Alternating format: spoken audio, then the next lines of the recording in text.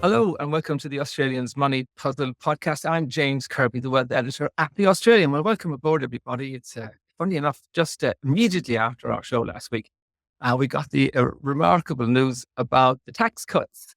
That is the adjustment to tax cuts that Anthony Albanese and the government plan and are probably going to get through Parliament and are welcomed by 61% or so of the population of taxpayers who get an improvement in their tax cuts that were better than they thought they were, and very unwelcome to people on higher incomes, 200 grand plus. You thought you were going to get 9,000 more than you used to, and you won't. You'll get about 4 or 5.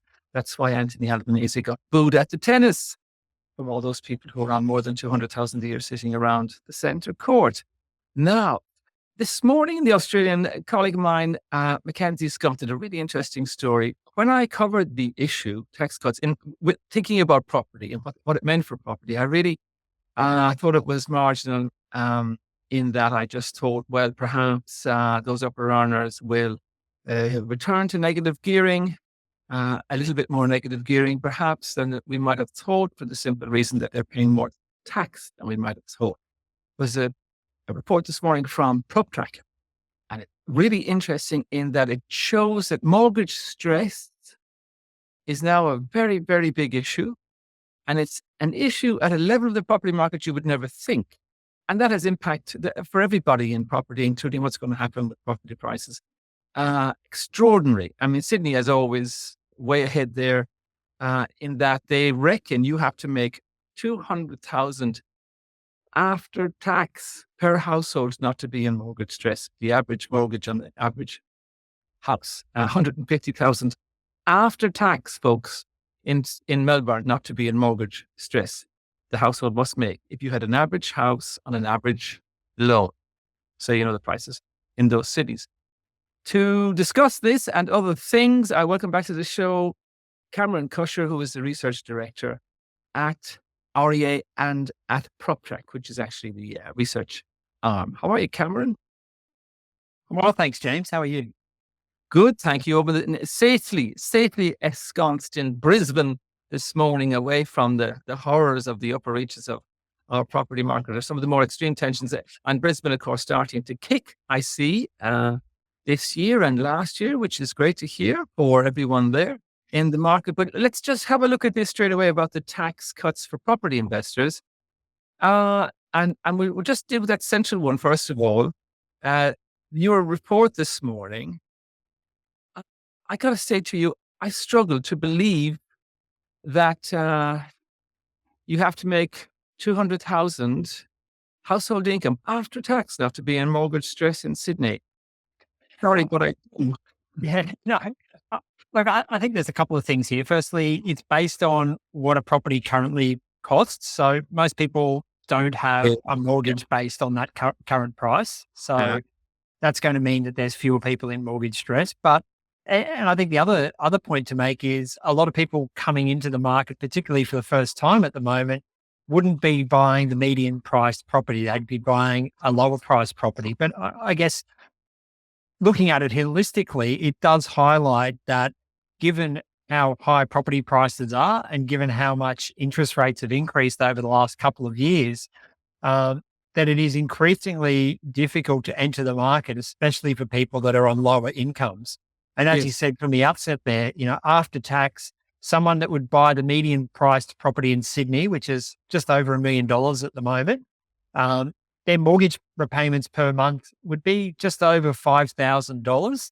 And in order to service that and spend less than 30% of their income, they'd need to be earning after tax just over $200,000 a year. So it does highlight the huge challenge. And I guess it highlights why a lot of the activity over the last couple of years has been at that higher end of the market. People that aren't really affected by interest rates do have higher household levels of wealth, probably have family and friends if they're looking as a first home buyer that can help them get into the market.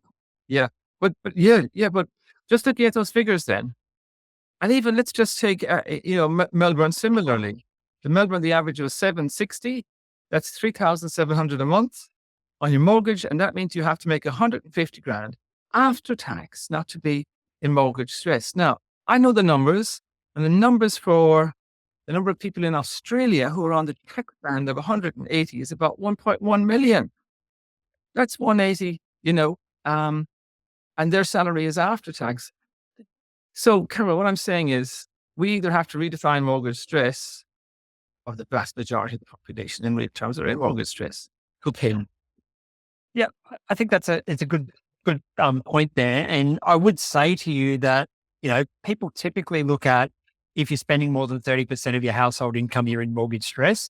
Yeah, I think that's a bit of an antiquated way to look at it personally. I think that we've seen for quite a long time that people are prepared to dedicate more of their income to paying off a mortgage. yeah, And that 30% benchmark probably needs to be revisited. But whichever way you cut it, housing's expensive. Interest yes. rates have gone up quite a lot and very quickly. And Mhm. because you've got that high house price, it does mean that you have to have a higher income in order to be able to service a mortgage at the moment. So, Right. there's been talk about housing affordability issues for many, many years, and they're certainly not going away. And higher interest rates are exacerbating those housing affordability issues. Yeah. And I suppose the point to make on the tax cuts is that they weren't inclusive. And there was a group that were excluded or actually weighed against, which was anyone on the higher tax band. And if they were doing their numbers about how they were going to pay off their mortgage or how much they were going to pay a month, then they'd have to redo their numbers because they're not going to get the tax relief that they thought. As I said, it was literally cut and redistributed to the 61% of middle band taxpayers. Okay.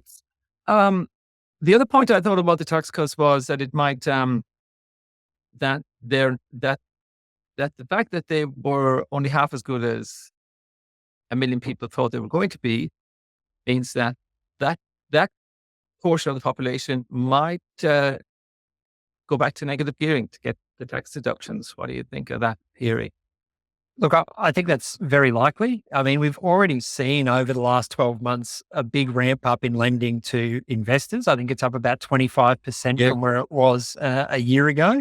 Hmm. And higher interest rates mean that you do get more tax deductibility from Yeah. investment property. So I think for a lot of people now, they're going, okay, this is starting to look attractive again. Rents are still rising at a really rapid pace.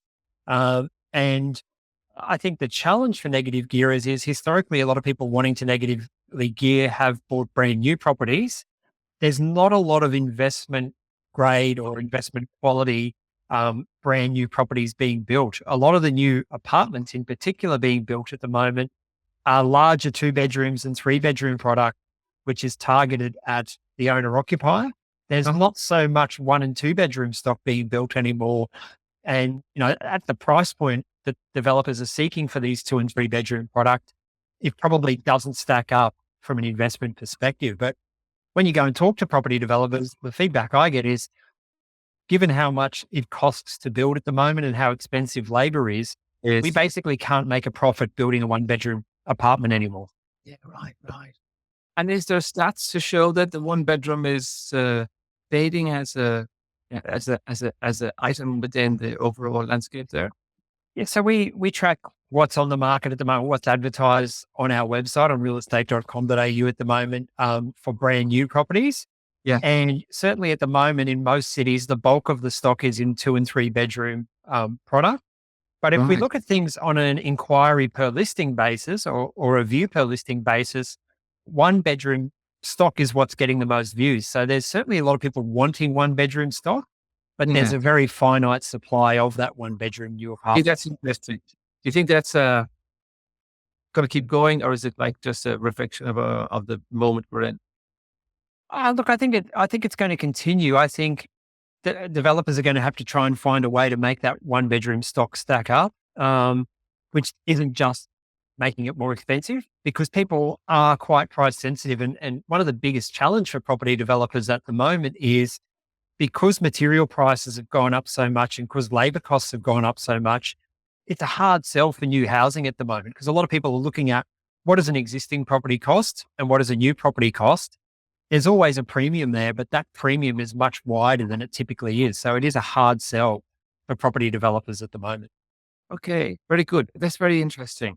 Now, what I was going to ask you when I originally asked you on the show, well, the first thing I wanted to do was I know you probably you don't make forecasts. I expect at REA. Do you? Do you offer forecasts for the year ahead? We do, yes. You do. So, yeah. Okay. Actually, one thing I saw this morning, I'm just shooting the breeze here, but I thought it was really interesting. REA, which is, folks, just full disclosure, is a subsidiary of News Corp, and the Australian obviously is News Corp. So there you are. But REA, the stock, has really been going very well for quite some time. Often recommended by brokers, etc., fund managers. It's bigger than Coles now. It's a $24 billion stock. Represents like 60% of the entire empire. It's an amazing story so far. Does that reflect a lot of activity on the ground this year? What's your forecast for the year? So our forecast for this year, so this is a forecast for property prices, is that we're expecting prices to continue to rise. So if we look at last year, prices were up 5.5%. We believe that in 2024, prices will rise between 1% and 4%. So a pullback there. And the main reason why we expect that pullback to happen is higher interest rates have reduced borrowing capacities. Also, what we saw over the second half of last year, particularly in Sydney and Melbourne, was a lot more stock coming to the market. And with more properties available for sale, what we saw was a slowdown in the rate of price growth in both of those cities. And they're the two largest cities. They're really the ones that move the national market. And potentially through 2024, we might start to see some of those smaller capital cities, the likes of Brisbane, Adelaide, and Perth, starting to follow suit and more stock coming onto the market, especially if we do get the expected stabilization in interest rates. All those people that have been holding off putting their properties on the market may now start to choose to try and get those properties sold and move into new properties. So you're saying 1% to 4% nationwide house price growth. Yes. And I go a negative in there, which is interesting. Does any particular city go negative, or do you allow for that to happen? We do. So we've got potential falls. So we've forecast in a 3 percentage point range. We've got potential falls in Hobart of up to 2%, or an increase of as much as 1%. Potential falls of around 1% in Canberra, up to a 2% increase. But in every other capital city, we are expecting that rate of price growth to step back. So what's the weakest city and what's the strongest city? So the weakest, outside of Hobart and Canberra, the weakest city is Melbourne, price growth of 1% to 4%. Sorry, I should have said Darwin. We're also expecting prices to fall. And the strongest city we expect to be Perth, yet again, with prices to rise 5% to 8% this year. Right. Okay. And one thing I want to also cover off before we go to the break, in terms of that was really interesting about the one bedrooms, because it's come up on the show a couple of times this year, these early shows of the year, that apartments, there was this theory all the time that apartments needed to catch up with houses, that houses had gone off, they had overreached during COVID because everybody wanted space in the house and all that. So that apartments as a property asset were expected to do better than houses. Your figures of 1% to 4%, were they for houses only or dwellings? That was for dwellings. Look, we looked at that last year and we probably thought that the unit market was going to outperform in 2023, but it certainly didn't. Interestingly, in regional markets, unit prices rose at a faster pace than houses, but in the capital cities, houses still outpaced apartments. But I think it just highlights that there is a strong preference from people to own a house rather than a unit. And obviously also that the land component of the house appreciates in value greater because units have got less of a land component. In saying that, particularly in certain parts of Sydney and Melbourne, inner city areas, the gap between the cost of a house and a unit is massive. And increasingly, if people want to be able to live in those more desirable parts of the city, they're going to have to sacrifice on something. And that's likely to be a smaller house or it's going to be a unit. Now, I don't necessarily think that will mean that prices rise faster for units than houses, but I think it does speak to the fact that we need to get more medium and high density stock into those better located suburbs so more people can reap the benefits of living there. Yeah. Yeah. Everyone agrees in principle, Cameron. Not when it's going to happen right next door to you, though. That's the thing. And then they say, so on your street, there's going Yeah. to be a tower. And they go, well, actually, yeah, I know. That's it. And so it goes. And so it, by the way, folks, that is hardly a new issue. That's for sure. Okay, we'll take a short break and we'll be back in a moment. Hello and welcome back to the Australians Money Puzzle podcast. I'm James Kirby, the wealth editor at The Australian, and I'm talking to Cameron Kusher, research director at PropTrack and REA, the listed real estate group, which we just mentioned has recently become bigger than Coles. If you're a long-term share investor, that will really hit you as what that means. And becoming very, very big indeed. Okay, now the questions today. First one's from Matt, who says, now that stage 3 has flipped, retirement age constantly diddled with, unrealized gains considered fair game. He's referring to the new super tax at the 3 million plus level. Can you please help me understand how anyone could possibly trust any investment system these days? I don't ever want to make this show political, folks, except to say, really, all election promises can be broken by all parties at all times. The interesting thing about what might happen next, Matt, you have to think, if anything, it's negative gearing. I know they shut that down. There was a rumor over the weekend and they shut it down on Monday morning, but we can't believe them anymore. Can't believe any of them. And negative gearing would, to me at least, would seem to be the next cab off the rank if they were getting braver in terms of what they'll do in relation to tax. Have you any notions in that direction, Cameron? No, it's something we've been asked about as well. I think it would, the obvious one would be negative gearing or the capital gains tax discount for investment. That would seem like the most likely. But of course, you would think that the Labor Party would have a bit of a long memory. It was only 2 elections ago that they tried to make those changes and it didn't turn out, it looked hands down that they were going to win that election and they ended up not winning that election. So I think they've got to tread carefully there. Yeah, I wonder, have they ever analyzed with any conviction what particular policy hit them hardest? Like, was it the threat to negative gearing? Was it the threat to capital gains? Was it the threat to frank dividends? Certainly the frank dividend one was the noisiest one. Yes. But I say retirees have lots of time for protesting. Okay, Ryan, I am building 2 houses and I plan to live across both. I have no intention of renting either of them out. Okay, Ryan, this is never advice, Ryan. It's always information. Can you please explain why the bank charges a higher interest rate on one of those house loans compared to the other? The bank said I could only have one house as my principal residence, which is the one that gets the lower rate of 2 loans. I'm going to guess here, Ryan. The person in the bank sees 2 loans and they can't classify you as having 2 home loans there. So they're classifying one of them as an investment loan. And the broader classification going on behind is that the government says you can have one, you can have a home tax-free from capital gains. That must be your primary residence. You must declare a primary residence. I wonder if you have, and if you have, that's the one obviously that should get the lower mortgage rate. And if you haven't, you probably would have the right to declare either one your permanent residence. I think that's right. Is it, Cameron? You can call any house your primary residence, except you can only call one that. That's my understanding as well. So I think James is right there, that they're saying you've got 2 properties. One has to be your primary residence. And of course, at the moment, banks are charging an interest rate premium for properties that are investment properties. They would consider anything that's not your primary residence to be an investment property. Yeah. Okay, very good. We'll take a short break. We'll be back in a moment.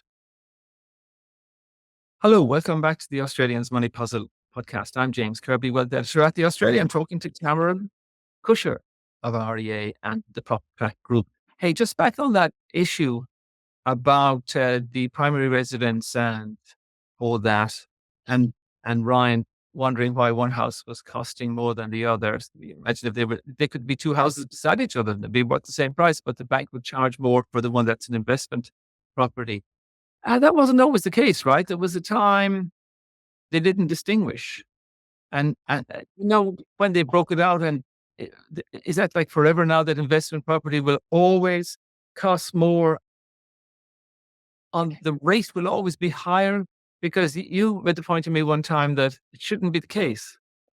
No, I think we talked about this last time I was on the podcast. It looks like it is going to be the case. I mean, it could change in the future, but the justification that APRA has is that investor lending is more risky than owner-occupier lending. The data, I would say, doesn't back that up, but that's their view. It's only really been since about 2018, 2019 that investors have been charged this interest rate premium. Okay. But they're not showing many signs of backtracking from that, unfortunately. So the other thing is, like, it's the investors' data is better than the homeowners, and the homeowners' data is excellent, really, in world terms. It's in terms of defaults and that sort of thing, which are, fractional, microscopic, really, in our market. Then the investor data must be extremely clean. It is. I mean, we are seeing everyone's reporting that investor mortgage arrears are lower than owner-occupier mortgage arrears. And I think realistically, you're probably going to be a lot more pragmatic about an investment property if you get into financial stripes than you are going to be about your own home. You've got to bolt. You're going to get yourself out of that bit fast. Yeah, exactly. Exactly. Whereas you're going to try and hang on, tooth and nail for as long as you possibly can with your own home. So I think the justification for it's not particularly strong, but I don't think I'm going to change APRA's mind. Yeah, so it's APRA rather than the banks. It's APRA, it's the regulator, not so much the bank. I suppose, because if it wasn't APRA, one bank would probably take the competitive advantage and say, hey, we've got investor loans that are cheaper and win a lot of business. Okay. Final question from Bruce. It was I'm revisiting this question because I thought it was really interesting. I wasn't going to read the whole thing. As I say, we're trying to steer away from politics always because we're pragmatic investors, folks. But Bruce says, on the issue of rental scarcity, to me, it is a matter of demand and supply. And whenever I hear the Greens talk of rent freezes, I go and commune with the fairies at the bottom of the garden. However, as you mentioned, Canberra, the ACT, has a rent freeze for some years now, and the Canberra rental market appears to be booming. So are there factors we're not aware of? So the point Bruce is making is the market generally, and as investors, when the notion of a rent freeze is brought up, we do tend to say, no, because it would distort and disturb the market very quickly. And really, it sounds like an attractive idea to some people in some situations, but the market, it's a market, and the market will have its way, basically. However, the Canberra experience, the ACT experience, the nation's experiment, if you like, on rental freeze shows that it hasn't actually disturbed that market very much. Bruce says, have you anything to observe on that one, Cameron?